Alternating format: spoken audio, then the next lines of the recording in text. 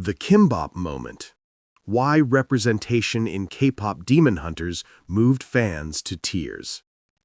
Sometimes the most powerful moments in film aren't explosions or plot twists.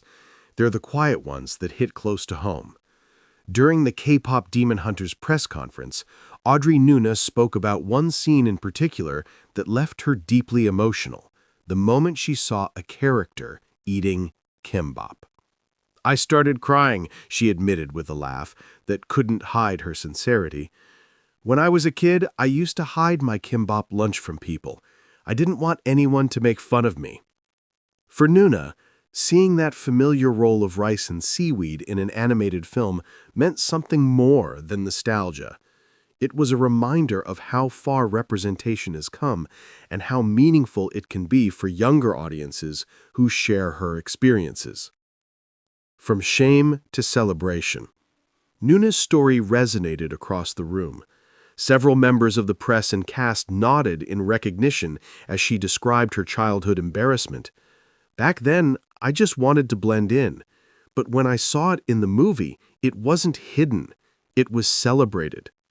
That shift from cultural shame to cultural pride mirrors the heart of K-pop Demon Hunters. Co-director Maggie Kang designed the film to highlight elements of Korean identity in ways that felt bold, funny, and unapologetic. We didn't want the culture to feel like a background prop. It's part of who these characters are, just like it's part of who we are. Kang explained that including authentic Korean details was intentional. Every bite of food, every bit of slang, and every fashion choice was chosen with purpose. "You can tell when something is made from the outside looking in. We made this from the inside out." For Nuna, those details hit harder than any plot twist. She described watching the finished film for the first time and realizing that something as ordinary as kimbap could carry extraordinary meaning. It wasn't just food anymore. It was me. It was my family, my childhood, my culture, all right there on the screen.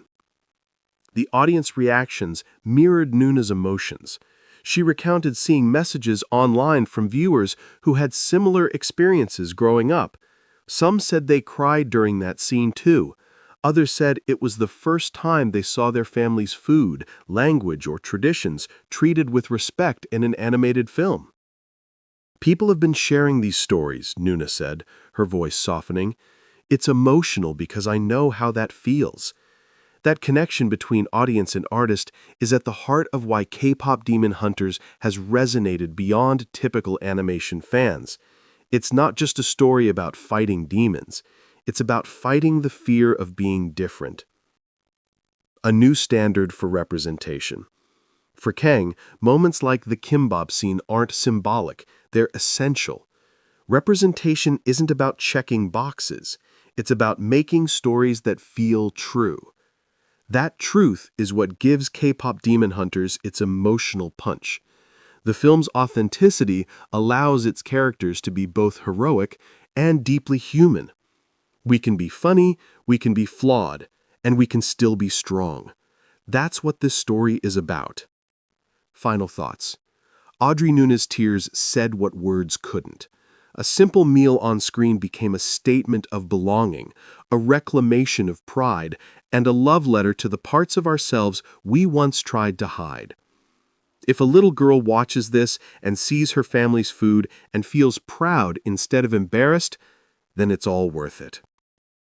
The K-pop Demon Hunters team didn't just create a fun movie.